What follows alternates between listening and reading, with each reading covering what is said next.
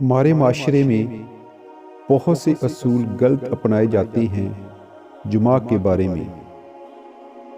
اگر جمعہ کو وقت پر کیا جائے اور اچھے ٹائم سے کیا جائے تو جمعہ بہت اچھا اور میاں بیوی میں ایک محبت پیدا کرنے والا عمل بن جاتا ہے۔ جمعہ کا بہترین وقت یہ ہے کہ جمعہ غذا کے ہضم ہونے کے بعد کیا جائے۔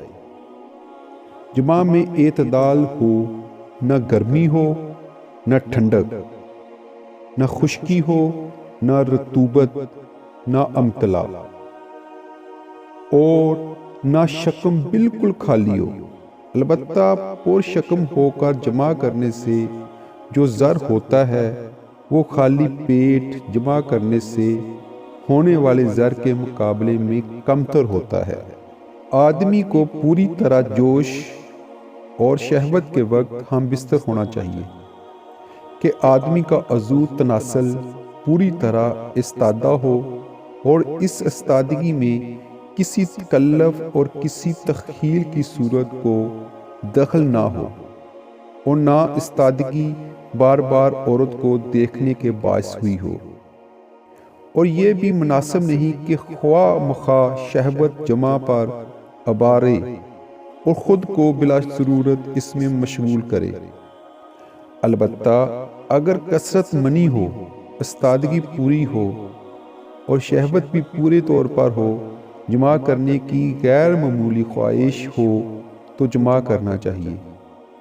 ایسی بوڑھی عورتوں اور کم سن لڑکیوں سے جمع نہ کریں جن سے لوگ عادتاً جمع نہیں کرتے، یا ایسی عورت جس کو خواہش جمع نہ ہو۔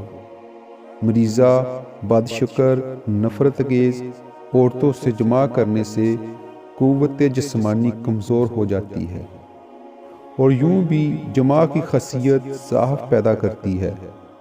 و بعض اتباع کا یہ خیال ہے کہ شادی شدہ عورتوں سے جمع کرنا کنواری لڑکیوں سے زیادہ مفید ہے، صحت کے لیے نفع بخش ہے۔ ان کا یہ خیال بالکل غلط ہے، اور یہ بات عقلاً اور دانشوروں کے خلاف ہے، اور اس پر طبیعت شریعت کا بھی اتفاق نہیں۔ کنواری عورتوں سے جمع کرنے میں عجیب خاصیت ہے۔